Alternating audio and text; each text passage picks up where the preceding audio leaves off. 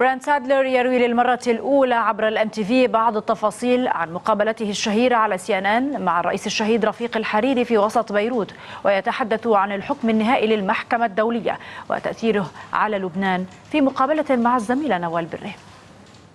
It was 2004, it was summer, it was August. It's almost 16 years to the week that former Prime Minister Rafik Hariri and myself walked on this very same cobblestones, and we talked about how he'd put his heart and soul into reconstructing Beirut and helping Lebanon to recover after the civil war. He brought with him his grandson, Hussam, one of 8, I think it was, grandchildren at the time. He was very concerned that the other grandchildren would be very jealous about the little boy being carried on the Prime Minister's shoulder while he was meeting all the crowds around here. So, and Hariri had a bad back. So he was lifting Hussam, he had a bad back, but he was very happy to be here, proud of his project. On Saturday nights, you cannot find one empty table here. Hariri's heart and soul are in the downtown, and he admits that. Said his soul and his heart and his soul. Now his body is in Beirut. Not far from here, and we talked a lot about the Civil War years, how those years he believed were never coming back again. And it was also interesting to hear him talking in those days about Israeli threats against Lebanon, about Israeli overflights on sovereign territory of Lebanon, some of the same ingredients of war that we're hearing again today in 2020. So these are very strong echoes of the past that are coming back to haunt me, particularly walking along this street this day, coming back to haunt me right now.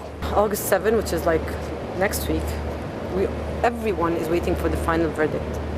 So what do you expect on this day? Look, it's taken almost $500 million for the tribunal to reach its expected verdicts on August the 7th. We don't know which way the court is going to rule on the case, but if we assume that the members of Hezbollah, of which 3 have been tried in absentia, the fourth, Mustafa Bedruddin, died in Syria, I think that we have to look at 2 levels, the international level and the local level. On the local level, it will be absorbed in much the same way as it's been absorbed for the past 15 years since the assassination. It's 2009 since the tribunal began its work. But what will happen internationally? Will Hezbollah be criticized even more than it already is by the United States, by France, by the Europeans? What will be the international reaction? Will there be a loud voice? What will the consequences be on Hezbollah's allies, political allies in Lebanon? That includes the president.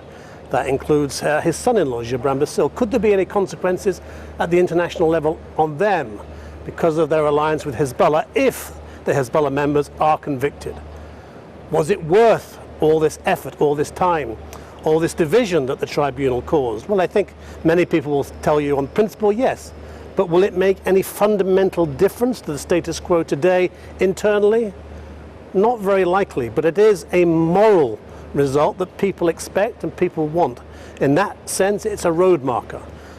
In terms of the cost, in terms of the time it's taken, and in terms of everything else, I think you have to look in the context of what's happening regionally and internationally right at this time. Very different days from when Rafik Hariri was here, and I'm sure if he could see all that was going on, he'd turn over in his grave. One last question. I don't know if you remember what once Rafik Hariri said, and now it's a quote in Lebanon: nobody's bigger than his country. He said it once. Would he say it today? I think he would say the same thing. He was convinced that Lebanon would not return to civil war. But it's also important, as far as the tribunal is concerned, to go back to the end of our walk through town. In the car on the way back to Raitem, where he was then based, he told me that in 2004, the extension of the then president, Emil Lahoud, if he signed it, he'd be cut to pieces. He said he wasn't going to sign it, and he said he might be cut to pieces in the car privately to me. He would have to pay a price if he didn't sign it. He did sign it, and he died 6 months after we walked along here. So in conclusion, I would ask, are we going to get the truth, the whole truth, and nothing but the truth from the Special Tribunal in Lebanon? You know why everything has been built? You know why? For your generation, Jiddu. For you, for your sisters, for other grandchildren, for all the good boys and girls in the world. For the whole Lebanese. وهؤلاء ينتظرون 7 آب لمعرفة الحكم النهائي.